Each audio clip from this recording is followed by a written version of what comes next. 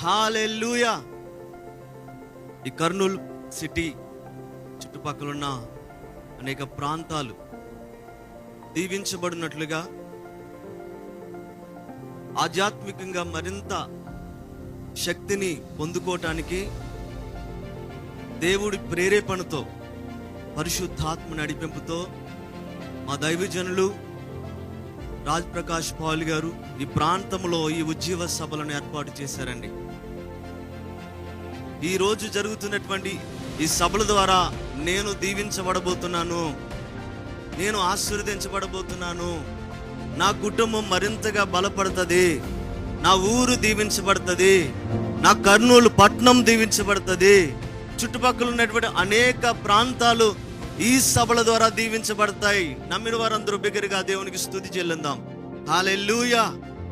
నమ్మాలి, దేవుని వద్దకు వచ్చువారు ఆయన ఉన్నాడని, ఆయనను అడిగే వారికి ఫలము దయచేస్తాడని నమ్మి మనం ఎప్పుడైతే దేవుని సన్నిధికి వచ్చి ఆయన స్తుతిస్తామోనండి, ఆయన యందు మనకున్నటువంటి ఈ నమ్మకము మన జీవితంలో ఆయన మహిమను చూసేటట్లుగా చేస్తుంది. బైబిల్ అదే చెప్తుంది, నమ్ముట నీ వలనైతే నమ్మువానికి సమస్తము సాధ్యమే. అబ్రహాము దేవుణ్ణి నమ్మెను. ఎంతగా నమ్మాడండి? ఎంతగా నమ్మాడు? మనకులా కాదు, చాలా గొప్పగా నమ్మాడు. నేను నీకు చూపించు దేశానికి వెళ్ళు,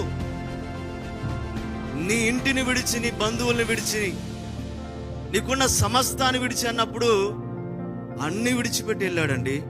ఎక్కడికి వెళ్ళాలో తెలియకనే అతడు బయలు వెళ్ళిపోయాడంట. ఎంత గొప్ప నమ్మకం అండి! ఈరోజు నీకుందా ఇటువంటి గొప్ప నమ్మకం దేవుడి మీద? ఈరోజు దేవుడు విడిచిపెట్టమంటున్న చిన్న చిన్న పొరపాట్లు మనం విడిచిపెట్టుకోలేకపోతున్నామే, చిన్న చిన్న తప్పిదాలు కూడా మనం విడిచిపెట్టుకోలేక వాటితోనే మన జీవితాలు ముందుకు కొనసాగుతూ నేను కూడా దేవుని బిడ్డనని చెప్పుకుంటున్నాము. కానీ ఎంతమంది ప్రభు మీద నమ్మకముతో ఈ రోజున దేవుని సన్నిధిలో ఆయనకి ఇష్టం లేనివన్నీ విడిచిపెట్టి దేవుని వెంబడిస్తున్నారండి? పరిశీలన చేసుకోవాల్సినటువంటి సభలు ఇవి. ఏదో ఊరికే వచ్చి మీ మధ్యలో ఏదో ఆరాధించి వెళ్ళిపోవటం రాజ్ ప్రకాష్ పాల్ గారి మినిస్ట్రీ ఉద్దేశం ఏనాటికి కాదండి. ఒక వైరాగ్యం కలిగి పరిస్థితులను మార్చి వెళ్ళాలి, మనుషుల హృదయాలు మార్చి వెళ్ళాలి, మనుషుల హృదయాలు ఉన్నటువంటి ప్రతి పాపమును, ప్రతి ద్వేషమును విడుదల కలిగించి వెళ్ళాలనేటువంటి ఒక బలమైనటువంటి విశ్వాసంతో ఇక్కడికి వచ్చామండి.